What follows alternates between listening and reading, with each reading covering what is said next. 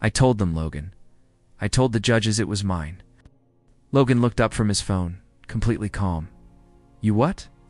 I emailed them. I sent the original draft with timestamps. I gave them everything. He laughed. You're seriously doing this? I'm serious. He stood, pacing slowly. You're making a fool of yourself. You stole my story. I submitted it. With your name? He tilted his head, so they wouldn't have looked twice if I didn't. That's not your call, he smirked. You're too emotional, Ethan. You always have been. That's why no one listens to you. No. I'm not letting you get away with this. Logan's voice dropped. Already did. Walked out. Before I threw something, that afternoon, I went straight to Mr. Jensen, the contest advisor. Ethan, he said, confused. What brings you here? I submitted that script. Not Logan. It was mine. He blinked. I'm not sure what you're implying. I'm not implying anything. I'm telling you. I wrote it. I have every draft saved. The dialogue. The scenes. The ending that's my voice. He frowned. Do you have proof? Yes. Okay, I'll take a look. But Logan's always been. I don't care what Logan's always been. He didn't respond. A few days later, I got a one-line email. After review, we find no evidence of wrongdoing. Decision stands. I read it 3 times, but it didn't change. At lunch, I sat alone. Mia walked over. You okay? No, she sat anyway. Did they say anything? They're siding with Logan. I'm sorry. Doesn't matter, I muttered. Yes, it does. No, Mia, it doesn't. He wins. That's how it's always been. She was quiet for a while. Why didn't you tell me earlier? Because I didn't think anyone would believe me. And I was right. I believe you. Thanks, I said, not meeting her eyes. Later that night, I opened my messages. Logan had sent me a screenshot of the contest page, his name bold at the top. Under it, a message, told you no one cares. I didn't reply. Instead, I opened my script folder. I scrolled through everything I'd written in the last year. All of it raw, angry, alive. Then I deleted it all. The next week I stopped. Writing completely, Logan passed me in the hallway one morning. Still chasing ghosts? I ignored him. You should move on, he said. You're embarrassing yourself. Said nothing. You know what your problem is? You think feelings are currency? But no one's buying. I kept walking. Mia tried. Again, hey, I haven't seen you write anything lately. Done. It doesn't matter. No one reads the real stuff anyway. That's not true. It is. People want shiny lies, not truth with blood on it. Oh, she frowned. Don't let him define your voice. Too late. She reached out to touch my arm. I pulled away. Please stop trying to fix me. I'm not. Then stop looking at me like I'm broken. Mia didn't say anything. She just walked away. That night, I sat in my room, lights off, staring at my blank screen. I had nothing left. Then the email came. Subject line. The script had heart. I blinked. There was no name, just a short message. It was the only submission. That made me feel something real. Keep writing. You have something rare. I stared at it for a long time. Then again, and again. The only submission. Someone saw me. I checked the sender. It was anonymous. The email domain belonged to the contest. Judges Claire? I remembered her quiet, serious, sharp eyes. She barely spoke at the panel. But I saw how closely she watched every word read aloud. She knew. She must have known. I sat up straighter. My chest felt heavy and light at the same time, like breathing for the first time in weeks. I opened a new document, stared at the blinking cursor, and I wrote one line. They said I was too sensitive. But maybe that's why it hurt them. Are you really dropping out? I'm not dropping out, I said. I'm taking time. Mom stared at me across the dinner table. Ethan, you're 2 semesters away from graduating. Can't sit in those classrooms anymore? Not after? After what? One stupid contest? It wasn't stupid to me. She sighed. So what now? I got a job, part-time, at Bradshaw Books. You're working retail? It's quiet. No one asks questions there. She didn't say anything after that. 2 days later, I was stacking poetry collections and listening to jazz through cheap earbuds. No one cared who I was. No one laughed when I went quiet. Every night I came home, skipped dinner, and locked myself in the basement. The first script I wrote was called The Stolen Voice, then Credit, Thief, then Silent Spotlight. They weren't subtle, but I didn't care.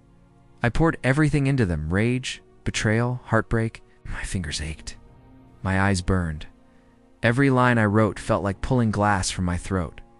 One night, found an indie screenwriting contest online, no fees. Anonymous entries, names. Until winners were selected, I clicked submit. Then I shut the laptop and turned off the light. I didn't tell anyone. A week passed. Then too, I didn't expect her to show up. I opened the door, and there was Mia holding a folder and a coffee. "How did you—" "I asked your mom," she said, walking past me. "You could have texted." "You don't answer." "Maybe. There's a reason for that." She looked around. "This is where you've been hiding? I call it surviving." She held up the folder. I read this. Silent Spotlight. I froze. "Where did you get that? You left it at the bookstore counter?" "I was looking for the poetry section and saw your name on the last page." I exhaled. "Great. No, Ethan, it's brilliant. You don't have to lie. Not. It's raw, angry, honest. It made me feel things I didn't want to feel. That's kind of the point. I believe you. About the script. About everything. Logan, the contest. Your writing. All of it. You're the only one who does? Then maybe that's enough for now." I sat on the basement couch. She sat across from me. "Why didn't you keep fighting?" she asked. I did. No one listened. "I'm listening." I handed her another draft. This one's newer, less angry, maybe better. She flipped through the first few pages, reading silently. I watched her eyes shift with each line. Then she looked up. "Can I mark it?" "What?" "I edit stuff for my film club. It's just little things. Flow, dialogue. You think it needs fixing?" "I think it deserves to be even sharper." I hesitated. "Okay." She grabbed a pen from her bag. Scene where the main character hears his words used against him. It's brutal, based on a real moment, I figured. We sat in silence for a while, the scratch of her pen the only sound. After an hour, she said, "This should be seen." I submitted one of them to a contest. Anonymous. No names. She smiled. "Good. I don't expect anything. You don't need to." I looked at her. "Why do you keep showing up?" "Because someone should." I didn't know what to say to that, so I said nothing. Asterisk, you see this? Josh from the bookstore held up his phone during lunch. "Logan Marks is on TV again?" "Dudes everywhere." I didn't look up. "Cool. He's doing some film festival thing. Cannes or Toronto or something. They're calling him the voice of the emotional generation." My stomach twisted. "Right, emotional." Josh scrolled. He said, "Some wild stuff too. Something about how real writers don't get too attached to their work." I looked up. "What?" He showed me the quote. "Some people are just too emotional to handle this business. That's why I always keep things professional." I stared at the screen, my jaw locked. Josh chuckled. "Kinda savage, but I guess that's how it is at the top." I stood up without replying and walked straight to the back room. I couldn't breathe. That was my line. The one he twisted when I said writing saved me. Now it was a punchline on national television. I pulled out my phone and searched him. There he was, sitting on a talk show couch, legs crossed, laughing like none of this had cost anyone anything. "And where do your stories come from, Logan?" the host asked. He smirked. "I guess I just tap into pain, you know. Not everyone can go there." I nearly threw the phone. He was quoting me again. Word for word, my hands were shaking. I opened my laptop, a blank document titled The Pretender. Typed non-stop for 3 hours. The story was about two friends, one who felt too much, and one who felt nothing at all. One who wrote in silence, one who screamed the words on stage as he didn't deserve. Scene after scene, I poured everything. The betrayals, the silences, the fake apologies, the stolen moments. It wasn't subtle. I didn't care. The next morning, I walked into work and Josh raised an eyebrow. "You good? Ever better?" He handed me a package. "This came for you. No return address. It's just my name, typed in." Bold letters inside was a magazine. Filmmakers. It's monthly, Logan's face on the cover. I flipped to the interview Zach had commented under it online. "Guess it pays to be a fake genius." I clicked his profile. His latest post. A meme that said, "Too emotional for success? Just let someone else pretend to be you." I stared at it, then closed my laptop. Mia called later that day. "Did you see it?" "Yeah, he quoted you again." "I know." "You okay? No, you want to talk?" "I'm writing." Pause. "Can I read it when you're done?" "Yeah." That night, I finished The Pretender. It ended with the fake friend standing on a stage, accepting an award, while the real writer watched from the shadows, smiling. Because he finally knew the truth didn't need an audience. I saved the script. Then, sat in silence. The next morning, I got an email. Subject, "You still writing?" It was from Claire. No signature. Just a link. A screenwriting lab application, deadline, 2 days. No entry fee. I stared at it, then at the script. Then I hit submit. My phone buzzed just after midnight. Unknown number. I just read The Pretender. I knew it was you. I blinked at the screen. Me. Who is this? 3 dots pulsed. Unknown number, Claire. From the competition. Call me. I hesitated. Heart pounded. I hit call before I could talk myself out of it. "Ethan." Her voice was warm, calm, certain. "Yeah, I didn't expect. I've read hundreds of scripts. That story had your fingerprints all over it. Same emotional rhythm. Same ache." I stayed quiet. I wanted to reach out earlier, but I needed to be sure. "You recognized my writing?" "It's unforgettable," she said. "You wrote from a place most writers run from." I was angry. "You were honest." "It's rarer." "I didn't know what to say," Claire continued. "I'm producing a new indie feature. Raw, character-driven. I want you in the room." I laughed bitterly. "I'm not in LA." "You will be," she said. The line went quiet. A few seconds. Later, I got the email. Subject, "Round trip, Lex attached," was a flight confirmation. Tomorrow night, I stared at it for a full minute, then shut my laptop. The next morning, I met Mia at the park. I told her everything. She didn't say anything for a while. Finally, she looked at me. "So, are you going?" "I don't know." "Not? What if I'm not ready? What if it was a fluke? What if it's not? I've failed before." "You've been betrayed before," she said. "Big difference. I don't belong in Hollywood. You belong wherever your voice gets heard." I kicked at a rock. "I'm scared." She touched my shoulder. "You've already lived your worst day. What if the best one is tomorrow?" That line cracked something open in me. I met her eyes. "You believe in me?" "I always did," she whispered. "Even when you didn't." I looked away before my throat closed.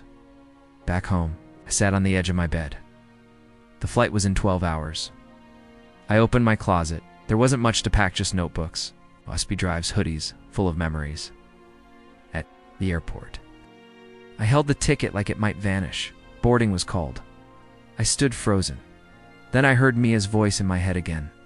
"What if the best one is tomorrow?" I stepped forward. I didn't look back.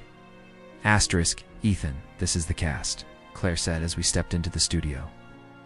I nodded at the group seated around the long table. Some smiled. Some didn't even look up. Claire gestured. "That's Marco. He's reading the lead. Kira's doing the love interest. James, comic relief." They all looked normal, but confident. Like they belonged. I felt like I was pretending. Claire handed out the scripts. "All right, let's begin." "Go cleared his throat. You think grief ends? It just learns to walk beside you." Kira jumped in. "Then maybe I should have learned to walk alone." It's laughter, drama, silence, scene after scene, unfolded. And it hit. I wrote those lines. My words, out loud in their voices. My throat. Tightened. Marco read again, but his voice faded. The room spun. Claire noticed. Ethan? You okay, aye? Need air? I bolted out. My chest heaved. I gripped the railing outside the studio. Claire followed me out. Talk to me, I can't do this. Yes, you can. They're all professionals. I'm just a guy from a basement. She crossed her arms. You wrote this. It's yours. I'm too emotional, Claire. Can't separate myself. From the scenes, that's not a flaw. I scoffed. It's what everyone's always told me. She stepped closer. You're not too emotional. You're just honest. And people crave that. I looked down. I almost walked out. You didn't. Barely. Good. Barely is still brave. She handed me a bottle of water. Come back tomorrow.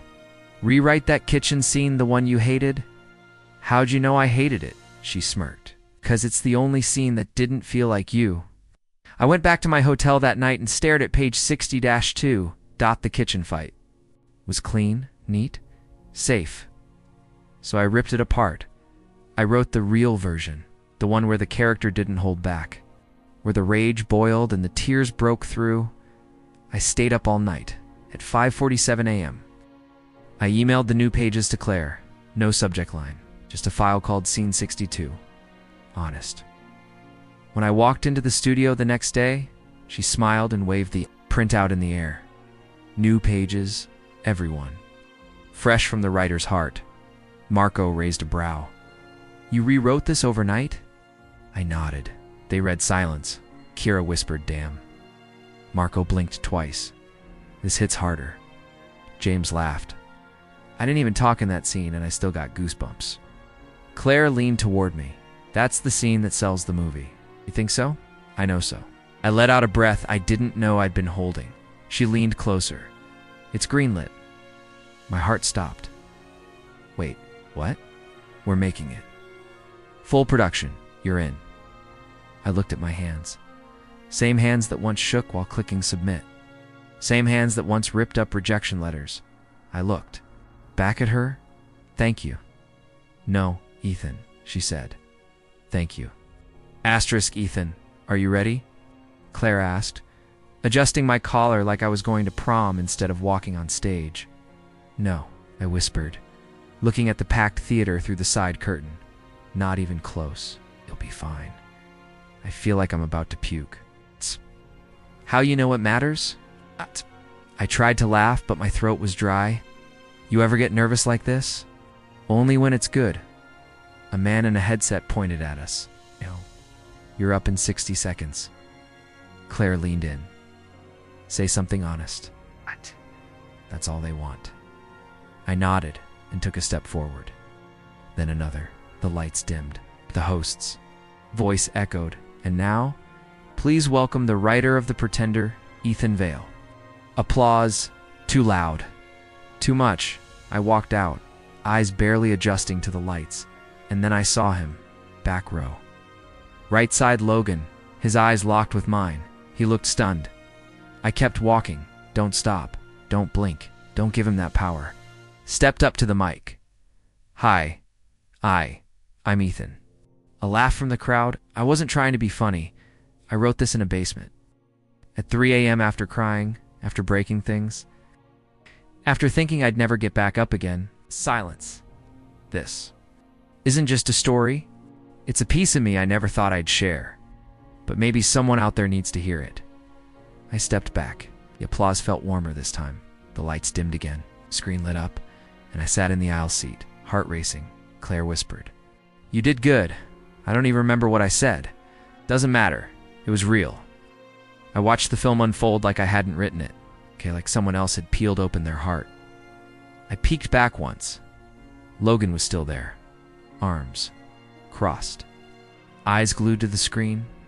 When the credits rolled, people stood. Clapped. Some wiped their eyes. Wow, a guy said behind me. That wrecked me. That was incredible. Someone else whispered. Who is this guy? I stood, stunned, as people came toward me. A woman grabbed my hand. Thank you for that, truly. You're a new voice in film, a critic said. Raw, emotional, unforgettable. Claire beamed beside me. Told you. and then he appeared. "Logan, Ethan," he said, voice low. "Can we talk?" I looked. At him, his suit was too polished, his smile too forced. "No," I said simply. "Come on, just 5 minutes." "Why? So you can steal something else?" He flinched. "That's not fair." I leaned in. "Neither was what you did." "I didn't know it would blow up like that. You used me. I helped you get seen." "No, Logan. I got here because I stopped trying to be someone else's shadow." He looked around. "Can we not do this here?" I turned my back. He grabbed my arm. "Please," Claire stepped in. "Is there a problem?" "No," I said, brushing him off. "There's just someone who doesn't get it's too late." She raised a brow. "Then let's go somewhere that celebrates too late turning into right now." We slipped into the after party upstairs. Lights low, music soft. Everyone buzzing. People came up, clapping me on the back, handing me cards, asking what was next. I nodded, smiled, sipped something fizzy I couldn't even taste. "Still feel like puking?" Claire asked, nudging me. A little, I grinned. "But in a good way now. You saw him, didn't you?" "Yeah. What did it feel like?" I paused. "Like watching a ghost realize you're still alive." She raised her glass. "Two ghosts. And better endings." I clinked mine against hers. Two stories that hit back. "Ethan, have you seen this?" Claire held out her phone. "Logan just did an interview with Film Weekly." I sighed. "Let me guess. He mentored me." Quote, "Ethan Vale." Yeah, I gave him his first break. Taught him everything I knew. He used to send me his scripts for feedback. I shook my head. It's unbelievable. He's desperate. Your name's everywhere right now. I tossed my pen on the table. He doesn't even realize. Silence is louder than anything I could say. Claire grinned. "Funny thing, he gave dates. Said he worked with you in 2022. My eyebrows rose. "That's when he blocked me." "Exactly. Journalists are already digging." As if on cue, my phone buzzed. At Indie Film Truth, Logan's timeline doesn't add up. Sources say he ghosted Ethan months before his debut. This doesn't smell right. Another ping at Inside Scripts. Rumor. Logan's upcoming project dropped him. Studio said they support original voices, not recycled ones. I stared at the screen. Claire said, "You didn't even lift a finger." Didn't. Need to. My inbox started flooding. Press inquiry. Your thoughts on Logan's claims. Interview request. The voice behind the Pretender panel invite. Emotion and screenwriting. Ignored. Them all. Let the world figure it out. Later that night, Mia called. "You're trending again," she said, laughing. "For what?" "Apparently, you're a mystery genius who lets the work speak for itself." I leaned back. Didn't expect silence to work so well. You didn't throw shade. You didn't rant. You just kept writing. I was too tired to argue. Well, now the world's arguing for you. I rubbed my eyes. It's surreal. You okay? I think so. Just watching someone fall without touching them? Weird. He pushed himself. Yeah. She paused. Zach tweeted something. Oh God. No, listen. I was wrong about Ethan Vale. He's the real deal. And I'm glad the world finally knows. I blinked. Zach said that. Word for word? What's happening right now? Mia laughed. Revenge. The quiet kind. Claire walked back in. You ready for your next interview? I hesitated. Can I not talk about Logan? You haven't once. Good. I don't want him in my story. It's not, she said, not anymore. The interviewer sat down across from me, camera already rolling. Ethan, welcome. First off, the Pretender blew us away, thanks. Everyone's talking about how fresh and emotional your writing feels. Where does that come from? Failure. Mostly, I said, trying to be heard when no one was listening. He smiled. You've become the voice of a generation of creators who feel too much. Maybe we were never too much. Maybe the world was just too numb. The video went live an hour later. 500,000 views by dinner. Comments flooding in. He speaks. The way I feel inside. This is what we've been missing in cinema. You don't need to name names. We already know. I scrolled, stunned. Claire leaned over. You see the one that said revenge doesn't always scream? Sometime. It just premieres? I smiled. That one's staying with me.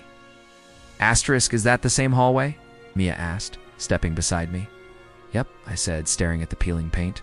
Still smells like dry markers and crushed dreams. She laughed. Drama room's still down. There, yeah. I used to sit right outside that door, script in hand, begging Mr. Ray to read it. And he told me to stop wasting paper. Mia frowned. You ever think about telling him what you're doing now? Nah, the posters in the hallway do it for me. She followed my gaze. There, taped under a cracked light, was a flyer. Premiere night. The Pretender, written by Ethan Vale alumni. Wow, she whispered. You came full circle. I nodded. I didn't think I'd ever come back here. Claire's voice echoed behind us. And yet here you are, just in time. I turned as she handed me a folder. What's this? 3-picture deal. Creative. Control. You pick your director. We handle the rest. I opened the folder slowly. My name was everywhere, typed, printed, signed. This is real. It's been real, Ethan. You're just finally ready to hold it. I blinked. I used to dream about this while wiping ketchup off trays. Mia smiled. And now I produce your films. Still can't believe you quit teaching. Felt like I was hiding. Now I help stories like yours get told. I walked toward the old drama room, gently pushing the door open. Empty chairs, faded curtains, dust floating in sunlight. I whispered, "This is where it started." You wrote The Pretender here? Claire asked. I nodded, scribbled at notebooks. Between classes, everyone laughed when I said I was writing a movie. Claire stepped forward. They don't laugh now. Oh, now they quoted on TikTok. We all laughed, Claire said. You know why you're writing hits? Why you never filtered the feeling. You didn't write safe. You wrote scared. Hurt. Hopeful. I wrote honest, I said.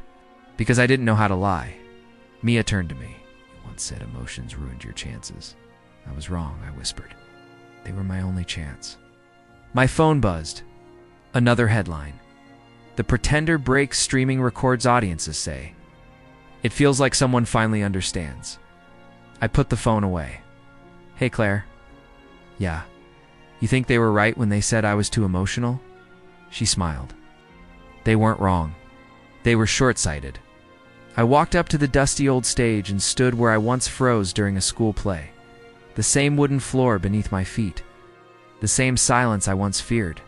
Mia asked softly, "What are you thinking?" I used to stare out at these empty seats and wonder if anyone would ever hear me. And now? She asked. I turned toward them. Now they listen. Claire clapped her hands once. Come on. We've got a premiere tonight. You don't want to miss the crowd screaming your name. I looked around the room one last time. This was where I first imagined being more, where I first felt too much and wrote anyway, where I failed and cried, and still picked up the pen. I walked out with the contract in my hand, my friends beside me, and no fear left in my chest, because I had finally made peace with who I was. And who I was wrote movies now. They said I was too emotional to succeed now. I write movies about them. I didn't think it was funny, I said, wiping my eyes as I stepped off the small classroom stage. Yeah, but you cried, Ethan, Zach chuckled. Bro, it's drama class, not a therapy session. The room burst into laughter. I stood there, still trying to blink away the tears. I didn't know if I should be ashamed or proud. I'd gotten so into the scene. That's what acting was, right? Let it go, Zach, Logan said, half laughing too. At least he remembered his lines this time. Oh, right, I mumbled. Grabbing my script from the chair, Logan walked over and threw an arm around my shoulder. Hey, you were good. Just maybe don't cry like someone killed your dog next time. It weirds people out. I wasn't trying to cry, I muttered. It just came out. Yeah, well, some people just don't get it, Logan said. They want something cooler. You know, less emotional. I nodded, but something about the way he said emotional made my stomach twist. Later that day, sat under the bleachers, scribbling in my notebook. The same place I always went after school. The words came fast, scenes from my head, the kind nobody would ever see. The ones where the crying made sense. "You're always writing under here," Logan said, crouching down beside me. "What? Is it this time? Just something about a guy who loses everything, but keeps writing?" He raised an eyebrow. "Sounds heavy. Why is everything you write so sad?" "I don't know. I guess sad feels real." Logan sighed. "You should write something that sells. Something people want to see. Not everyone likes pain, man. Pain's all I know how to write." He looked at the notebook. "Can I read it?" I hesitated. "It's not finished. Still, I've got a pretty good sense of what works. Maybe I can help." I handed him the notebook, nervous as hell. He flipped through the first few pages and his smirk slowly faded. For a second, I thought he was really reading it. Then he handed it back. "You're not bad. It's a lot. Way too emotional for Hollywood, if I'm being honest." "Too emotional?" "Yeah. All this raw feeling stuff. Might work in an indie film nobody sees, but it's not commercial." I stared at the pages. "So I should change it." "I'm saying maybe tone it down. Less crying, more plot twists or something. People want to escape, not drown in someone else's misery." I didn't say anything. I just closed the notebook. "You always take things too personally, Ethan." He added, "I'm trying to help." "Right?" I whispered. "Thanks." He stood up and dusted off his jeans. "Anyway, I gotta run. My brother's picking me up." "Later, man, later." I sat there long after he left, flipping back through my script. Each line bled with everything I'd been too scared to say out loud. The kind of things you only write when no one's watching. Too emotional for Hollywood. I said it out loud, just to hear how stupid it sounded. I remembered when I was 9 and my dad walked out. I didn't cry then. I held it in, tight like a fist. But the next day, I wrote a story about a kid whose father disappeared into the sky. My mom read it and cried. I didn't know why. I just knew it made her feel something. That's what stories are supposed to do, right? Still, maybe Logan was. Right, maybe feelings didn't belong on a script page. The next day in class, we had to pair up for scene work. I ended up with Zach. "Let's just keep it chill this time," he said, smirking. "No breakdowns." I nodded, pretending it didn't sting. When class ended, Mia from the back row stopped me in the hallway. "Hey, I liked your performance yesterday. I thought it was brave." I blinked. "You did?" She nodded. It felt real. Everyone else is just reciting lines, but you were in it. "Thanks," I said, my voice almost cracking again. "You should write more of that." I smiled for the first time that day. "I do. I mean, I write a lot, just not sure anyone wants to read." I would," she said, and then she walked away. I watched her disappear down the hallway, wondering if maybe she meant it. Maybe I wasn't crazy for writing how I felt. Or maybe there was still a place for people like me. That night, I sat on my bed, flipping through my notebook again. I circled the title on the front page. The things I never said out loud. Too emotional. For Hollywood? Maybe, but maybe Hollywood needed it. My phone buzzed. A message from Logan. "You still working on that sad boy script?" I didn't reply. Instead, I picked up my pen and kept writing. Asterisk. "You're seriously not submitting anything?" Logan leaned back in his chair, arms folded like he already knew the answer. "I don't know," I said, staring at the form on my laptop. "It just feels stupid. It's like, who am I to think anyone would care? You've written better scripts than half the garbage out there, man." "That's not the point. Then what is?" I sighed. "What if they laugh again?" "Won't you don't know that?" He leaned forward. "Okay, listen. What if I submit it for you? Same script, no names. Just to get feedback?" I blinked. "Wait, you'd do that?" "Why not? If it bombs, you stay anonymous. If it gets love, we say it's yours." "Win-win?" I hesitated. "You'd really do that?" Logan grinned. "Trust me, dude." I emailed him the file later that night. The Pretender. I should have known the title would be ironic. The next few weeks dragged by. Mia caught me zoning out in class one day. "You okay?" she asked. "Yeah," I lied. "Just tired." She tilted her head. "Still writing, kinda. You should keep going. Your stuff always feels real." That stuck with me. But it did. Then came the announcement. I was scrolling my phone when Logan barged into my room. I won. I looked up. What? I won the contest. First place I stood up. Wait, you mean my script won? He held up the certificate. Technically, yeah, but I had to put my name on it. My chest tightened. What do you mean you had to? Ethan, no one's gonna read a submission from some emotional nobody. You know how this works? I stared at him. You told me it would be anonymous. He shrugged. Plans changed. I sent it last minute and they needed a name. Figured why. Waste a good script? It wasn't yours to use. Dude, relax. It's not a big deal. Not a big deal? I took a step closer. You stole it. I won with it. Doesn't that say something? They loved it when they thought it was mine. If it had your name, it wouldn't have even made it past the first round. I couldn't believe what I was hearing. You said you had my back, I do? That's why I used it? I got your work in front of the right people. You got your name in front of them? Semantics. No, that's betrayal. Jesus, Ethan. This is why no one takes you seriously. Get too attached. Too emotional. I clenched my fists. Stop saying that. He rolled his eyes. Whatever, man. You should be thanking me. I want my name on it. It's done. They published the winner. It's already out. My voice dropped. You're unbelievable. You're welcome, he said, walking out like he hadn't just shattered everything I trusted. The next day, the school's bulletin board had Logan's face on it, next to a printout of my script. People congratulated him in the halls. Some even asked for advice.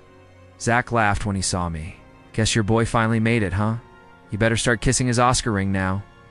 I walked away. I didn't go to class that day. Duh. I just sat under the bleachers, notebook in hand, staring at the blank page. Mia found me an hour later. Hey, she said gently. I heard about Logan. Yeah, I said flatly. Wasn't that your story? What? I read. Parts of it last year when you left your notebook in class? The diner scene, the ending Logan, doesn't write like that. My throat went dry. You remember it? Stayed with me, she said. That means something. I looked away. Doesn't matter now.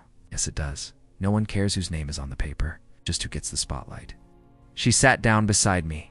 Then take it back. How? I don't know. But you wrote something powerful, and people noticed. For a moment, I wanted to believe her.